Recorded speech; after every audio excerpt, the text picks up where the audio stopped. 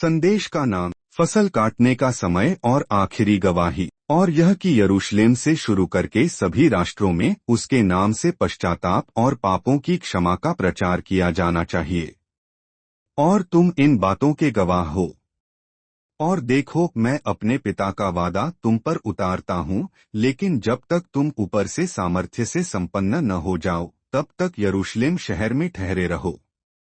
लूका रचित सुसमाचार अध्याय 24 वचन 47। प्रेरितों के काम अध्याय 1 वचन 8। लेकिन जब पवित्र आत्मा तुम पर आएगा, तब तुम सामर्थ्य पाओगे, और यरूशलेम और सारे यहूदिया और सामरिया में और पृथ्वी की छोर तक मेरे गवाह होगे। जब तक कि हम आज सुबह यह छोटा सा संदेश समाप्त करेंगे, तब तक आपको परमेश्वर के उद्देश्य, योजना और आपके लिए कार्यक्रम की बेहतर समझ होगी, और वह अंत समय में यहाँ क्या करना चाहता है। मैं पूरे दिल से विश्वास करता हूँ कि हम चर्च के लिए महान आदेश, महान आज्ञा के समय के करीब आ रहे हैं। मैं यह भी मानता हूं कि हम मसीह की दुल्हन के लिए अंतिम समय के सुसमाचार प्रचार के करीब पहुंच रहे हैं। मैं आज सुबह सबसे पहले एक बहुत ही कठोर बात कहना चाहता हूं कि वह भाई ब्रैनहम को दुनिया भर में भेजे और उसे परमेश्वर की शक्ति प्रदर्शित करने वाले अपने महान सेवकाई में रखे। बस भाई ब्रैनहम को घर ले जाए और लोगों को उसके आसपास बैठाए और उसके पुनर्जीवित होने की प्रतीक्षा करे। यह कभी भी परमेश्वर की मंशा या पूर्ण इच्छा नहीं थी।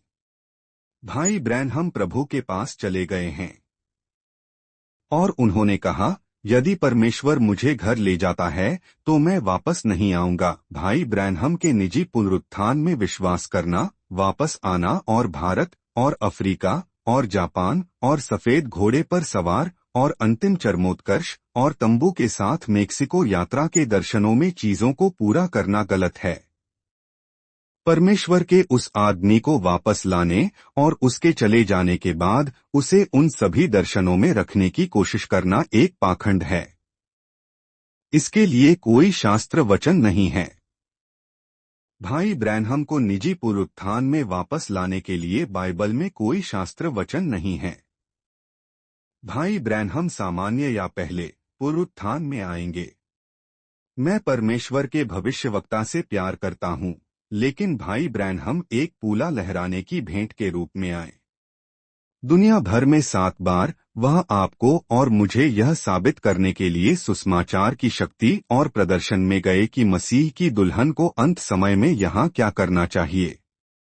क्योंकि भाई ब्रैनहम ने 7वीं मुहर और 7 गर्जनों पर बहुत जोर दिया है, और लोगों ने जो किया है वह यह है कि वे बाहर जाकर इन तथाकथित निजी गर्जनों और झूठी गर्जनों की व्याख्याओं के द्वारा दुल्हन के लिए एक झूठी सेवकाई का निर्माण करने की कोशिश करते हैं, जो आज पृथ्वी को पार कर रही है। लेकिन हम पाते हैं कि इसमें कोई पवित्रता नहीं है। भाई ब्रैनहम ने दुनिया भर में 7 बार सुसमाचार की तुरही बजाई ताकि आज के लोग आजाद हो सकें और वापस जाकर वह सामर्थ्य प्राप्त कर सकें जो शुरुआती चर्च के पास थी, परंतु वो तो नाइसिया, रोम में खो गई थी। उस निमंत्रण, उस संदेश को ठुकराना आपको सर्वशक्तिमान परमेश्वर से अलग कर देता है। हम एक गंभीर समय में हैं। स्वर्गरोहण रैप्चर के लिए परमेश्वर के उद्देश्य, योजना और कार्यक्रम की बेहतर समझ जानकारी हेतु संपर्क करें। 8976016574।